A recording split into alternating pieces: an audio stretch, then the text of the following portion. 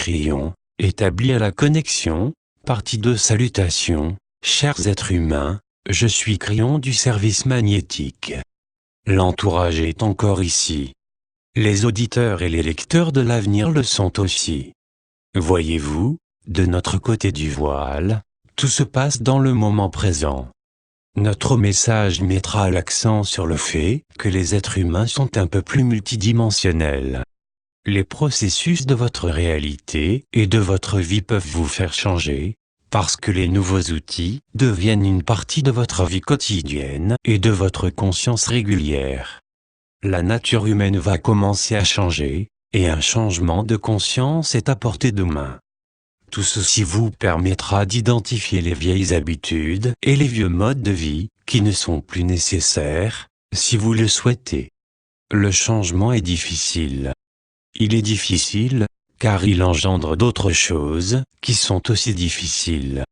Vous changez une chose et d'autres choses changent autour de vous. Votre intuition le sait. Voilà pourquoi vous hésitez ou résistez. C'est tout à fait normal et commun, mais vous finirez par passer à travers ces situations inconfortables. Nous souhaitons vous parler d'une chose qui va peut-être vous intéresser. Les choix que vous faites vont créer des changements, mais ils vont aussi améliorer votre bienveillance. L'on pourrait dire que l'amour de Dieu, de la source créatrice, voit ce que vous faites, et que cet amour utilise la synchronicité pour vous apporter la bienveillance. Ce concept défie votre réalité et votre physique. Il n'est pas facile de faire confiance à l'invisible. L'esprit est multidimensionnel et vous l'êtes aussi, sauf que, dans votre limitation humaine, vous ne l'avez pas encore pleinement compris. L'amour inconditionnel de l'esprit, de qui et de ce que vous êtes vraiment, chers êtres humains, est si grand. Tout ce que vous ferez aura une teinte subtile de bienveillance. Plusieurs situations seront moins lourdes. Donc, la joie profonde et intérieure pourra, enfin, montrer plus souvent le bout de son nez, au fin fond de votre cœur divin. Pourquoi ne pas être opportuniste et sauter sur l'occasion? Qu'avez-vous à perdre? Imaginez que vous entrez dans l'inconnu et que vous êtes émerveillé, au lieu d'avoir peur. Imaginez que vous courez vers ce point inconnu dont nous avons souvent parlé, il y a des années, et que, au lieu de freiner, vous accélérez. Votre ADN est en harmonie avec l'état de conscience que vous aimez. Donc il s'ajuste en conséquence. Votre cœur, votre glande pinéale et votre cerveau logique s'ajustent aussi. Telle est la puissance de ce que nous avons décrit dans le passé, lorsque nous parlions de l'intention pure.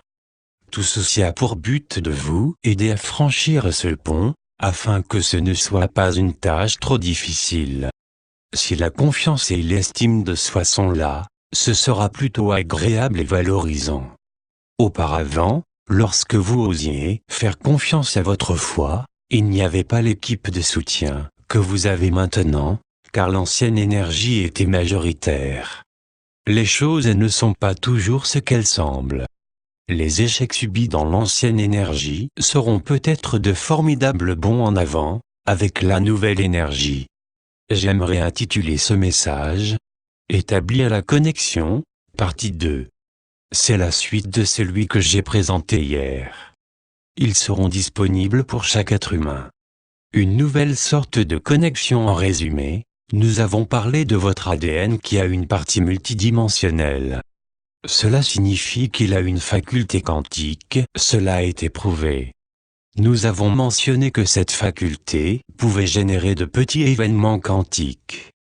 Nous avons dit que la nouvelle énergie change l'humanité, non seulement les âmes expérimentées. Plusieurs êtres humains commencent à s'éveiller, à prendre conscience de ces nouvelles possibilités et opportunités. Ils font plusieurs choses qui semblent magiques, car vous n'avez jamais vécu dans cette nouvelle énergie. Nous avons parlé de vos propres archives akashiques, qui contiennent une mémoire phénoménale de vos vies dites antérieures, et que votre ADN commence à y accéder. Récemment, la science en a pris conscience.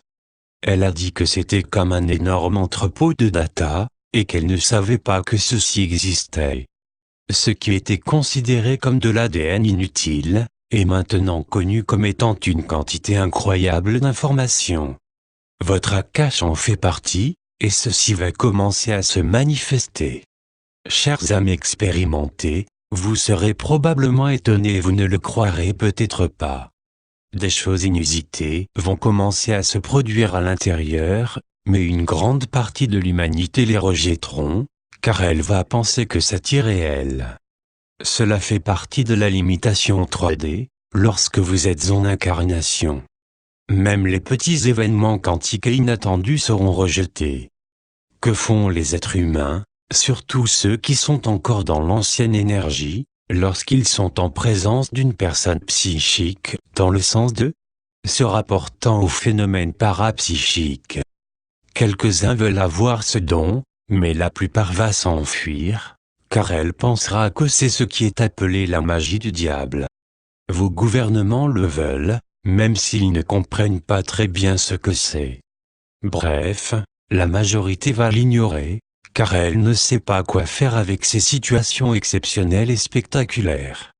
Si je vous disais que ce n'est que la pointe de l'iceberg de ce qui va se passer, me croiriez-vous? Chers âmes expérimentées, êtes-vous prêtes? Une personne superpsychique, qui concerne la vie mentale, dans ses aspects conscients et ou inconscients, une personne qui pourrait même être perçue comme faisant de la précognition ou de la divination, va peut-être intercepter les potentiels de la réalité qui existent dans le cercle du temps. Toutefois, cette personne parlera de ces événements comme s'ils avaient déjà eu lieu. Les potentiels ont la même énergie que celle de la réalité. Ces personnes sont parfois placées sur une sorte de piédestal ou tenues à l'écart. Un médium peut aider la police à plusieurs reprises, mais de nombreux policiers vont fermer la porte, rouler les yeux et dire que ce n'est pas vrai. Ce n'est pas réel pour eux, parce que c'est quelque chose qu'ils ne peuvent pas comprendre dans la limitation 3D. Vous voyez ce que je veux dire? Ceci est sur le point de changer. Les êtres humains deviendront de plus en plus conscients de ces choses spéciales. Des souvenirs inhabituels vont faire surface pour une fraction de seconde, mais ils ne sauront pas quoi faire. Ils pourront même capter des potentiels qui sont autour d'eux. Métaphore de Vo. Cette métaphore va simplifier le processus, afin que vous ayez une meilleure perception globale de ce sujet. Vo est un enfant de 4 à 6 ans, et il est dans la nouvelle énergie, Andy. J'interprète Vo comme étant une fille ou un garçon. Donc, le il est autant féminin que masculin. Il commence à raconter des parties de ses vies dites antérieures, à ses parents.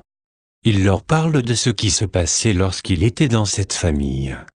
Il dit à sa mère qu'elle était la meilleure maman de toutes ses incarnations sur Terre.